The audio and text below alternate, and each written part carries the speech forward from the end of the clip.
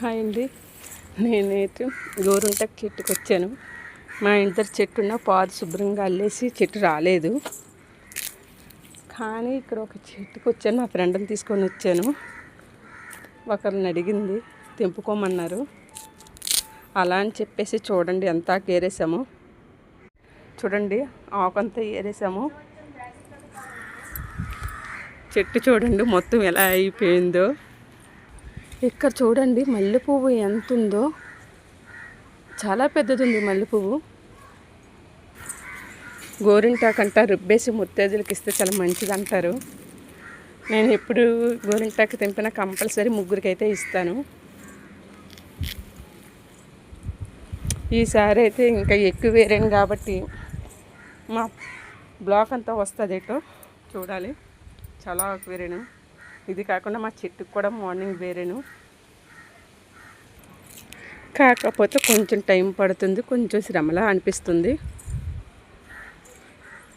కానీ అవతల వాళ్ళు అయితే హ్యాపీగా ఫీల్ అవుతారు కదా.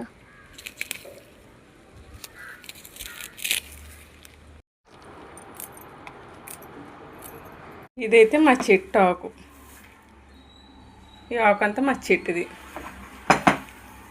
మొత్తం ఈ ఆకంతా మా ఫ్రెండ్తో వెళ్ళి ఇంకొకరి చెట్టు దగ్గర తెంపిన ఆకు. ఇదంతా ఇప్పుడు రుబ్బాలి మాట. చింతపండు ఇదంతా రుబ్బేటప్పటికి ఎంత టైం పట్టేస్తుందో ఏటో కదా.